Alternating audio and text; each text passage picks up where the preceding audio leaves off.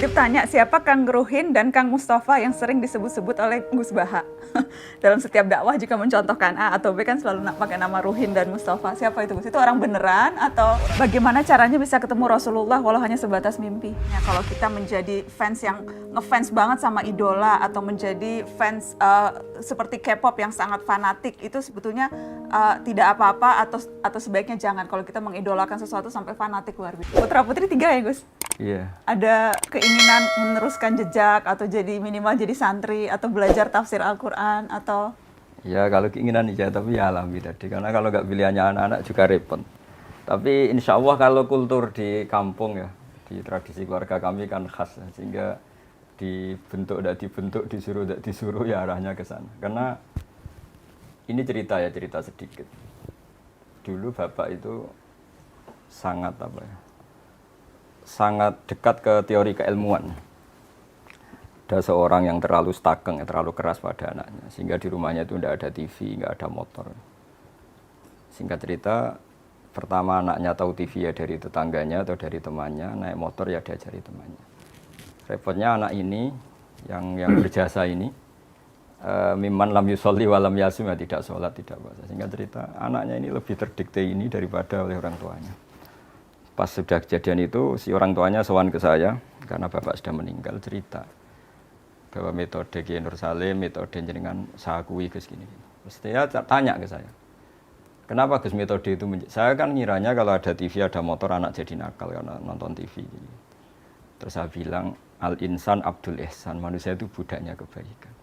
Sehingga ketika anak Anda ini utang jasanya sama orang nggak sholat, dia ingin niru yang nggak sholat. Sementara melihat Anda sebagai orang yang tidak simpatik karena melarang terus. Semenjak itu dia ngakui manhajnya bapak saya. Dan dulu bapak saya juga gitu.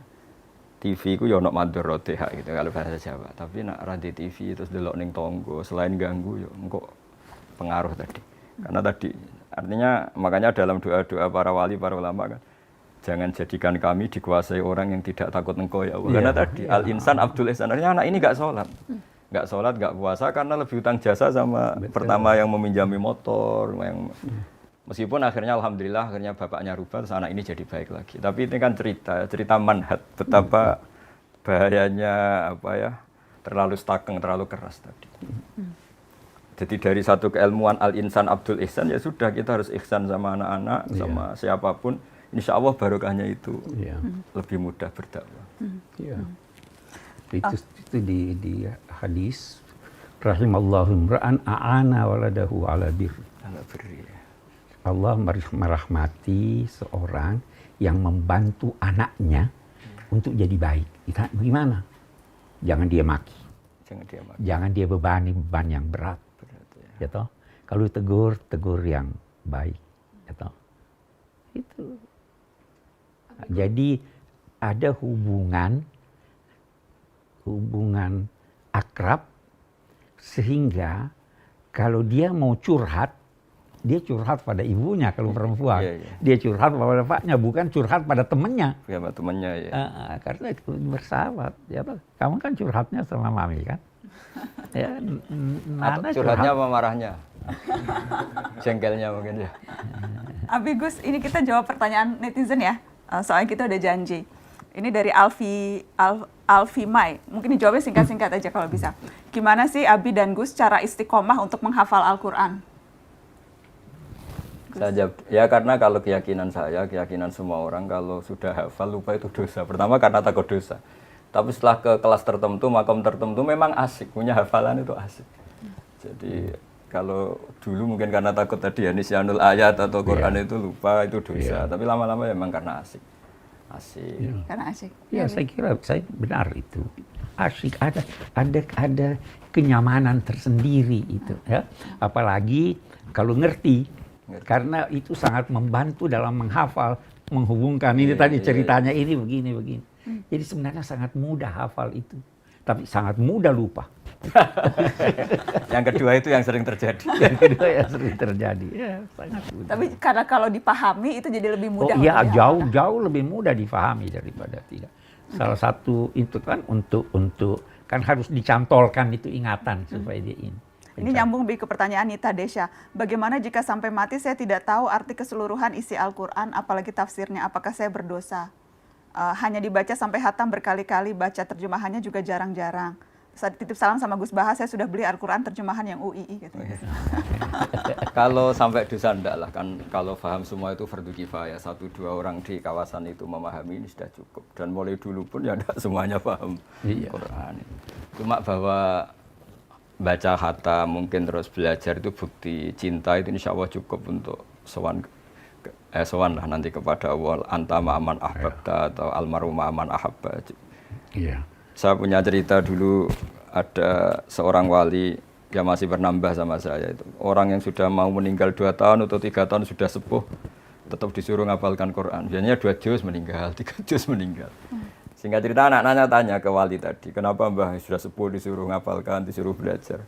Ya setidaknya pas mati masih masuk hadis man salaka thariqan yaltamisu fihi ilman. Jadi ketika dia mati dalam keadaan mencari-cari ilmu. Iya.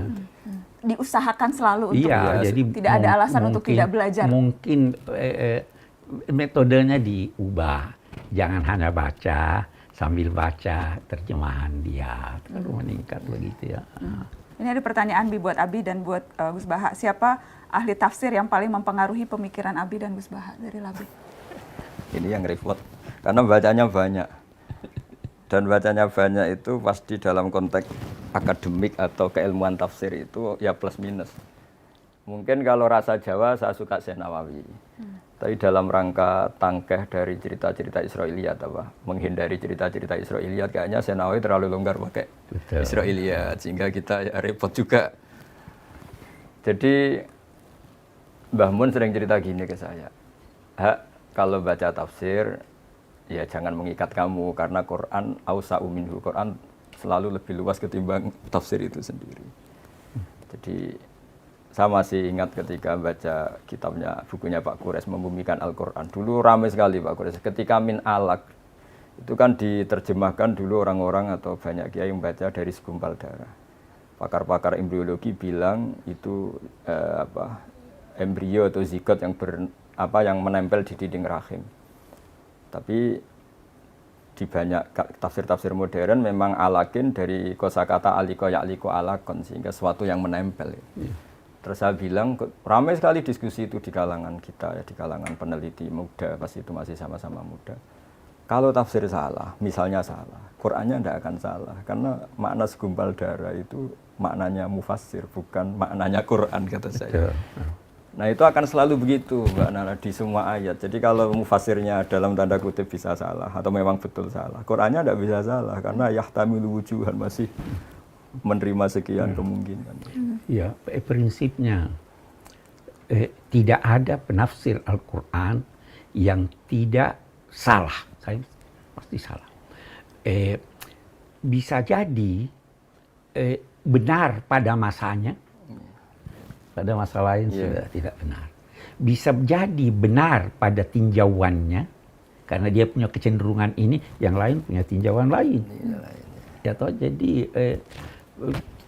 tidak bisa kita berkata hanya dipengaruhi oleh ini. Kalau dia ilmuwan. Kalau dia hanya nyontek, ya udah. Jadi seperti Abi, misalnya Abi dipengaruhi oleh banyak sekali. Oh banyak sekali, banyak sekali. Terus banyak dipengaruhi, resikonya bisa dua, bisa nggak jelas, bisa alim banget. Resikonya ekstrim ya Gus, bisa ekstrim. Ini ada pertanyaan, Fahri Al-Fajar, Abiku. Bagaimana caranya bisa ketemu Rasulullah walau hanya sebatas mimpi? Nah ini Pak Gores yang kasuhan. Ada tuh uraian-uraian ulama tentang itu. Yang pertama teladani. Dan teladani itu bukan hanya pada salatnya, pada hal-hal yang kecil-kecil. Teladani akhlaknya. Teladani bagaimana dia masuk rumah, keluar rumah, itu teladani. Yang kedua, sering selawat. Jadi hati selalu ini. Yang ketiga, berdakwah. Itu tiga, ada beberapa cara, tapi itu yang paling ini. Saya kira yang paling sulit itu meneladani. Bagaimana kita meneladani akhlaknya, bagaimana ya banyak sekali. Sehingga hati terpaut dengan beliau, Dan dari segi ilmu jiwa juga kan ada itu. Kalau terpaut hati bisa mimpi. Nah, tapi ini kalau Rasulullah itu yang mimpi itu pasti benar. Maksudnya, Mimpi yang pasti benar itu kalau mimpi Rasul. Begitu loh Gus Wahya. Walaupun Walaupun fil manam faqad ra'ani haqqan. Fa inna syaitan la dan kita kalau mimpi kita tahu itu bertemu Rasulullah, kita tahu ya. kita Walaupun tahu. kita tidak pernah melihat, kita tidak tahu wujudnya, tapi Tidak ketika kita tahu mimpi ini itu pasti. Rasul, ya. Dan yang mimpi itu bisa bermacam-macam. Mungkin waktu dia lihat, oh ini kok muda, ini kok tua, dan itu nanti ada tafsirnya lagi. Apanya? Oke. Mimpi Rasul tidak mungkin salah. Mimpi Tuhan pasti salah. karena laisa kamitslihi syai'un. Iya. Oke. Itu Ini pertanyaannya ringan. Gus, bolehkah mensalawati seseorang supaya bisa berjodoh? Ya kalau harapan terus kepada Allah ya bagus lah. Terus yang dipakai sholawat ya. Wah, ini ada 4-nya. Bagaimana nih? Kalau yang nggak bagus itu kan memaksakan kehendak ya. Kalau harapan kan ya bagus. Oh, iya. Jadi nggak apa-apa bersalawat supaya dapat jodoh? Ya kan Ini langsung nyatet lagi. di antaranya sarana ya, sarana qadul hawaid supaya hajat kita kesampaian kan memperbanyak sholawat. Apalagi calon itu yang kita idam-idamkan karena kesalehannya, karena kebaikannya kan nggak masalah. Yang penting banyak bersalawat. Oke. Dari Hanum, Assalamualaikum Mbak Nana, tolong tanyakan Gus Baha, kapan mau punya akun Instagram? Masuk kalah sama Abi Quraisy. Nah, itu. Abi juga akun Instagramnya. Kadang saya sih yang suka update akun Instagram Abi. Tapi Abi baca ya, Abi baca, Abi ngikutin. Dulu Abi Twitteran, sekarang udah nggak sempet. Tapi Abi tetap up to Ya date. jawabannya kapan-kapan atau memang nggak ingin. Karena tadi saya kan sibuk di rumah itu kan banyak yang ngaji tahfidz itu. Jadi membayangkan santri seneng ikut seneng, kalau kesulitan ngaji ikut. Ya pokoknya alihima anitum lah, kalau melihat santri susah belajar ya kita ikut susah. Betul. Jadi itu udah nyita waktu. Kalau WA aja nggak ada ya Gus, apalagi Nggak ada Instagram. ya, Instagram. Ini titip tanya, siapa Kang Ruhin dan Kang Mustafa yang sering disebut-sebut oleh Gus Baha? Dalam setiap dakwah jika mencontohkan A atau B kan selalu pakai nama Ruhin dan Mustafa. Siapa itu Gus? Itu orang beneran atau? Orang beneran. Jadi saya itu ngaji kan, saya itu termasuk orang yang menghindari diundang acara-acara publik, kecuali pernah sepuh atau guru. Sehingga sebenarnya ngaji saya itu hanya istiqomah di Jogja sama di rumah. Nah, dulu kan saya kerja di UIPres tapi sambil ngaji. Karena saya ini nggak ngaji memang. Singkat cerita, 2 orang ini termasuk yang pertama. Ketika masih 20, masih di kontrakan Pak Gures, masih ikut ngaji. Karena adatnya pondok itu gejlok-gejlokan. Ya akrab betul ya, mereka anggap saya gurunya tapi ya berani makan di depan saya, berani apa saja karena ya memang akrab. Dan saya ngenang Nabi itu juga gampang saja kalau ada sahabat yang sering digojlok Nabi apa. Jadi sederhana sampai Nabi ada sahabat dipanggil Abu Hurairah, kadang dipanggil Abu Hirin. Jadi ceria sekali dulu Nabi dakwah itu. Iya, betul.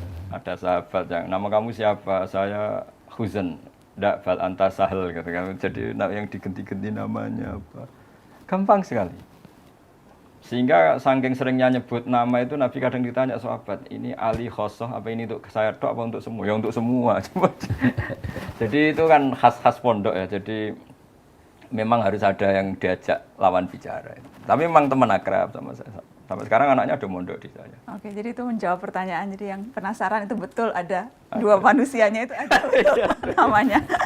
Oke, saya mau kasih kesempatan ke cucu-cucu ponakan. Gimana untuk- Izzat? Gimana? Ada yang mau tanya ke Gus Baha, mau tanya ke kalau ke Habib udah sering, cuma nggak apa-apa bisa nanya ke Habib juga karena ini syihab-syihab spesial. Tapi kalau Izzat mau tanya apa Izzat? Jadi bagaimana kita bisa melatih diri agar akhlak kita lebih kuat, terutama kan kita semua kuliah di luar dan mungkin di negara-negara beda value atau nilai-nilainya juga berbeda.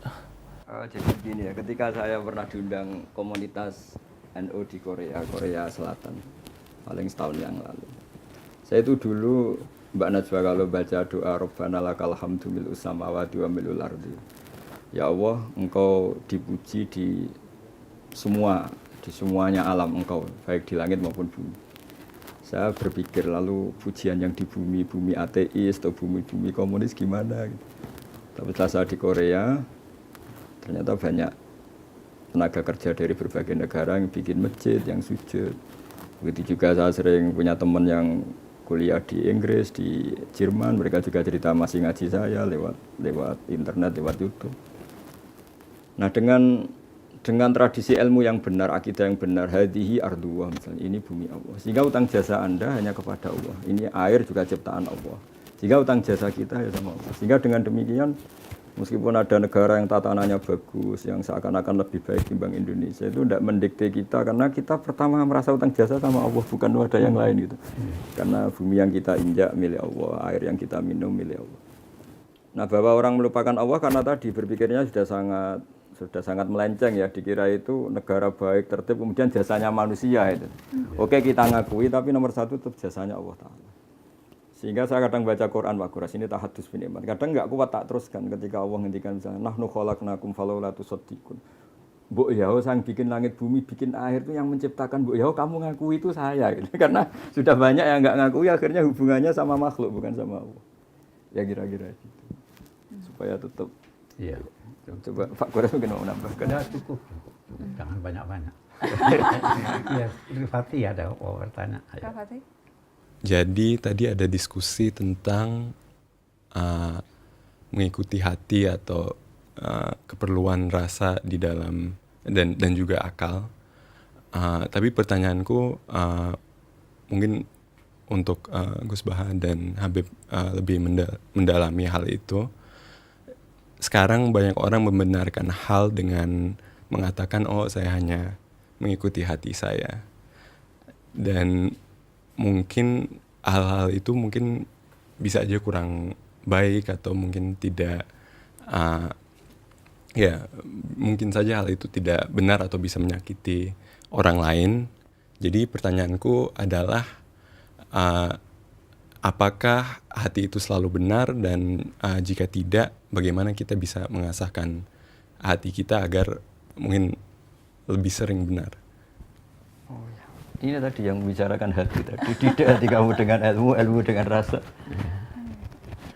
Iya, jadi begini. Ada yang dinamai hati nurani. Ya kan? Tapi hati nurani itu tidak selalu benar.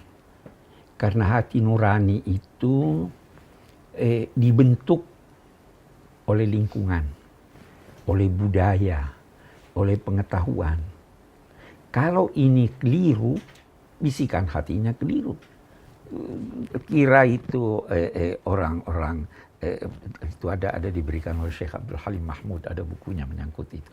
Dia bilang, kamu kira itu filosof Yunani yang melecehkan perempuan. Kira-kira hati nuraninya tidak ada. Itu kaum kapitalis. Apa hati nuraninya lebih rendah daripada orang komunis? Semua punya hati nurani. Tapi hati dibentuk oleh ini. Hati nurani kalau mau benar harus dibentuk berdasarkan cahaya ilahi. Ya toh? Itu yang membentuk nurani. Kalau sudah terbentuk itu yang Nabi. Jadi yang sudah terbentuk itu yang Nabi katakan apa itu? Istafti qalbak. Istafti qalbak. Jadi kalau sumbernya, isinya salah, ya ininya salah. Tapi ikuti Al-Quran. Bagaimana itu Al-Quran? Allahu nurus samawati wal ardh. Dia yang memberi cahaya. Akal diberinya, hati diberinya, ilham diberinya. Ini kumpulan, itu hati nuraninya pasti benar. Tapi kalau sumbernya, ya toh, jadi banyak orang berkata hati nurani. Enggak, hati nurani bisa salah. Tergantung dari mana sumbernya hati Dari nurani. mana sumbernya? Dan sumber segala sumber Al-Quran. Sumber Al-Quran. Ya kan? Oke. Jadi mengasah hati untuk Nah, di benar situ dengan pentingnya belajar orang Al-Quran. ngaji. Betul. Ngaji lagi. Ya kan, ngaji lagi, Quran lagi. Ya, Seperti contoh gini, ada orang ibunya meninggal terus cerita ke saya. Gus, ini susah karena harta banyak saya habis untuk menghormati ibu, atau akhirnya meninggal juga. Setelah saya beri pencerahan, kamu harus bangga, uang kamu habis untuk kebaikan ngerawat ibu. Kayak apa kalau habis untuk membiayai hal-hal yang buruk? Akhirnya bisa syukur. Jadi ilmu lagi. Sama seperti kita misalnya demi hal yang nggak benar mau dibiayai 2 juta, kata kamu penting. Tapi secara syariat ada ibu kita, ada keluarga kita yang lebih mendesak. Sehingga kalau ngaji terus ngerti bahwa yang kita inginkan ini nafsu apa hati. Jadi yang kita katakan hati jangan-jangan nafsu. Jadi itu makanya ada ayat intattaqu hayaj'al lakum furqanan. Sudah kamu takwa secara benar, pasti hati kamu tahu pembeda yang hak dan yang batil. Nah itu yang dimaksud Nabi istafti qalbak itu yang sudah kelas itu, yang sudah kelas-kelas itu. Tapi kalau yang latar belakangnya macam-macam terus tanpa punya nurani ya tadi ya sebetulnya nafsu pasti. Ini nyambung ke pertanyaan sebelum ke Nishrin ya, ini nyambung ke pertanyaan Yuni. Mbak Nana pengen tanya sama Gus Baha dan Abi, bagaimana cara menghadirkan Allah di hati kita sedangkan Allah itu tak terbayang? Nyambung ke yang tadi, Gus. Jadi kalau di surat Waqiah itu orang dilatih tadi, Mbak Najwa ya. Nahnu khalaqnakum falawla tusaddiqun. Hubungan terdekat kamu itu dengan saya, kata Allah, karena saya menciptakan kamu. Seperti dalam kehidupan nyata saja hubungan dekat jenengan sama ibu, sama bapak, karena manusia yang menjadikan sebab wujud Anda. Lah Allah memaklumatkan dirinya juga gitu. Saya ini yang menciptakan kamu, harusnya kamu terdekat sama saya. Ketika kamu minum, apa kalian menciptakan air? Antum anzaltumuhu minal musni, apa kamu yang menciptakan awan yang menjadi air? Ketika kita bercocok tanam, kata Allah, apa kamu yang menghidupkan tanaman itu? Semuanya saya. Nah, dengan merasa tergantung itu kepada Allah ketika kita masih janin ya, dikelola Allah sedemikian rupa di rahim ibu. Kita tidak tahu cara menyediakan Allah oksigen, kita tidak tahu cara Allah mengatur kesediaan air padahal dunia sudah seperti ini. Dengan seperti itu kan sering tergantung sama Allah. Makanya di tafsir itu inti dari tasawuf itu antumul fuqara ila Allah, semua harus merasa butuh sama Allah. Ya, mungkin Pak Graf bisa menambahkan itu. Ya, tapi tambahkan ya. Bisakah Tuhan dilihat? Tidak bisa ya?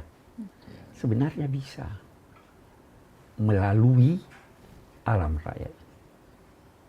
Jadi ada itu istilah tajalli. Tuhan menampakkan dirinya sesuai kemampuan kita melihat.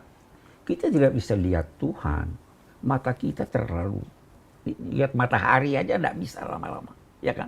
Maka Tuhan ingin memperkenalkan dirinya. Dia ciptakan alam raya itu tadi yang dibilang khalaqtul khalqa liya'rifuni. Apa? Lihat. Kenapa ada ini? Kenapa ada itu? Tidak mungkin itu ada kalau tidak ada yang mengadakan. Maka lahir, oh ini dia hebat ini. Kok bisa begini, bisa begini, bisa begini. Jadi karena itu dalam konteks mengingat ada yang dinamai jangkar. Jangkar emosi, jangkar ingatan. Itu lihat itu foto. Itu yang di atas. Lihat itu terus ingat aja. Ya, betul. Jangkar untuk kita ingat. Kenapa kita pasang ayat-ayat Quran di rumah? Itu jangkar. Ya toh? Nah, ini orang tidak mau pakai jangkarnya. Jadi dia lupa. Tapi jadikan semuanya jangkar. Semua bisa jadi jangkar. Dengar guntur, ingat Tuhan. Ada doanya kan? Subhanallah di yusabbihu ra'du bihamdih. Ya, jadi itu yang diajarkan supaya selalu ingat, oh ini begini. Jadi tidak pernah lupa. Oke. Nishrin? Oke, sebenarnya ini sekalian curhat juga ya. Boleh, nggak apa-apa curhat. Sebenarnya yang aku alamin, baik teman-teman aku juga kayak nggak ngerasa atau nggak tahu makna di balik ritual-ritual tersebut. Nah, gimana kita, mungkin bisa cerita pengalaman sendiri, gimana kita bisa bergerak dari pelajaran-pelajaran agama Islam atau pengertian-pengertian agama Islam yang sebatas ritual doang pada diskusi-diskusi yang lebih dalam, yang lebih spiritual dan bermakna. Jawabannya proses. Ya semuanya itu proses. Dulu saya juga sering ditanya anak-anak SMA, ketika di Jogja sering ditanya anak-anak kuliah, gimana Gus kalau sholat supaya ingat Allah, terus padahal saya tidak paham lafaz-lafaz itu, kalimat-kalimat itu maknanya apa. Ya saya jawab, setidaknya kamu dengan sujud tahulah harus tunduk kepada siapa, kepada Zat yang Maha Besar, Allahu Akbar. Jadi kalau kaidah di kitab usul fikih la yudraku kulluh la yudraku kulluh, kalau tidak bisa semua secara total ya sebagian-sebagiannya kita tahulah. Misalnya makna-makna ayat Quran susah, ya Allah Akbar, Allah Maha Besar. Ketika sujud implementasi dari ketundukan seorang hamba kepada Allah. Terus ada yang sedang punya banyak masalah, sebesar-besar masalah kita masih besar ampunan Allah, rahmat Allah. Kalau kita sudah berusaha mencari calon istri tapi belum berhasil, dapat putus, apakah tandanya kita harus pasrah, Gus? Harusnya mulai usaha juga sudah sambil pasrah. Dari awal harus sudah pasrah. Iya. Ini mesakno, Gus. Ini belum dapat putus. Coba tolong ditengahkan. Kalau saya dukun sih terus tak kasih haji-haji, berhubung saya ada dukun ya. Nasihatnya ya sabar aja sambil berusaha. Oh, itu terus berusaha. Saya mau jawab singkat. Kalau Anda mau pasangan laki-laki bagi perempuan, perempuan bagi laki-laki yang sempurna, kawinnya di sorga. Di dunia ini tidak ada yang tidak berkekurangan. Jadi itu pilihlah. Ada pilihan, pilihlah yang agamanya baik. Oke. Setelah itu nanti pilih yang lainnya kan. Fasfar bizatidin. Tariwat yadak. Oke. Jadi jangan mencari yang sempurna. Jangan mencari yang Tetap sempurna. usaha. Tidak mungkin dapat yang sempurna. Semua ada kekurangannya. Yang sempurna lamunan saja. Iya. Lamunan saja. Di lamunan. Nisrin, jangan cari yang sempurna. Ini nggak apa-apa ya para jomblo, kita jawab ya supaya tenang hatinya. Dari Musbir, bagaimana cara ta'aruf yang benar menurut syariat agama, Gus? Ya yang nggak ada pelanggaran syariat jawabannya. Simpel, jangan melanggar syariat. Itu cara ta'aruf yang benar. Tapi dekat, berkenalan, mencari tahu itu masih oke kan, Gus? Ya pokoknya kalau masih dalam proses yang baik dan untuk hal yang baik itu kan masih ditoleransi oleh syariat. Iya. Terus tidak Ya huluwah. kunjungi rumahnya, kenalan sama orang tuanya. Kan pantangannya tuh huluwah Pak Guru ya. Iya. Jadi sama-sama keluarga. Jangan beli kucing dalam karung. Harus kenal. Harus kenal. Nabi suruh kenal. Dulu merasa cukup dengan melihat. Sekarang tidak. Harus dengar suaranya gimana. Ya kan? Ya, oke. Oke, jadi tetap harus kenal gitu ya. Oke, ini ada lagi kita kumpulkan nih yang jomblo-jomblo biar sekalian. Mana nih satu lagi tadi sebentar. Oh enggak, ini bukan soal jomblo tapi ini juga netizen secara umum. Dari Lestari mau bertanya dong, Mbak Nana, mohon pendapatnya kalau kita menjadi fans yang ngefans banget sama idola atau menjadi fans seperti K-pop yang sangat fanatik, itu sebetulnya tidak apa-apa atau sebaiknya jangan kalau kita mengidolakan sesuatu sampai fanatik luar biasa. Ya pasti jawabannya jangan. Kalau apa-apa berlebihan pasti tidak baik. Karena nanti resikonya gampang kecewa. Oke, jadi segala sesuatu yang berlebihan itu tidak baik, termasuk berlebihan, ngefans berlebihan itu juga baik. Iya, itu dari dulu begitu. Ada orang-orang yang terlalu ngefans pada Nabi, sampai pada Nabi. Begitu ada berita Nabi meninggal, dia murtad. Iya, karena berlebihan. Karena berlebihan. Jangan menilai sesuatu karena ada unsur materi. Jangan menilai sesuatu karena orangnya. Nilailah sesuatu itu berkat substansi yang ada padanya. Iya kan? Oh itu dia yang bilang begini, ulama ini, profesor ini. Belum tentu benar. Ya toh, jadi. Banyak juga kan calon jemaah haji yang sudah menabung bertahun-tahun, sudah betul-betul rindu ingin datang, kemudian tiba-tiba karena situasi, rencana berubah, sulit untuk mengikhlaskan, itu sulit buat atau rela tidak pergi padahal sudah dibayang-bayangkan dan sebagainya. Bagaimana mengobati kekecewaan mereka yang tidak bisa ke tanah suci?